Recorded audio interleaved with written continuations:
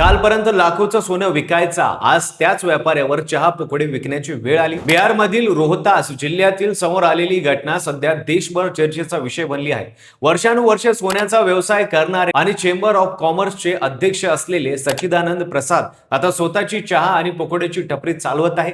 त्यांच्या म्हणण्यानुसार आधी दुकानात ग्राहकांची प्रचंड गर्दी असायची, लग्नासारे दुकानात पाय ठेवायलाही जागा नसायची, पण आता दिवसभर दुकान रिकामं राहतं, कारण लोकांनी सोनं खरेदी करणं जवळपास बंद केलाय। धक्कादायक म्हणजे व्यापाऱ्यांचा दावा आहे की पंतप्रधान नरेंद्र मोदी यांनी काही काळ सोनं खरेदी टाळण्याचं आव्हान केल्यानंतर बाजारावर मोठा परिणाम झाला आहे आणि छोट्या सफारा व्यापाऱ्यांवर आर्थिक संकट ओढवलं। सच्चिदानंद प्रसाद आता म्हणताय, घर चालवण्यासाठी दुसरा पर्याय उरला नाही, म्हणून चहा पकोड्याचं दुकान सुरू करावं लागलं। या घटनेनंतर आता राजकारणी तापलाय, विरोधक सरकार टीका करत आहे, तर सोशल मीडियावर लोक एकच प्रश्न विचारत आहे, जर सोन्याचे व्यापारीच टपरीवर आले तर सामान्य छोट्या व्यावसायिकाचं काय होणार?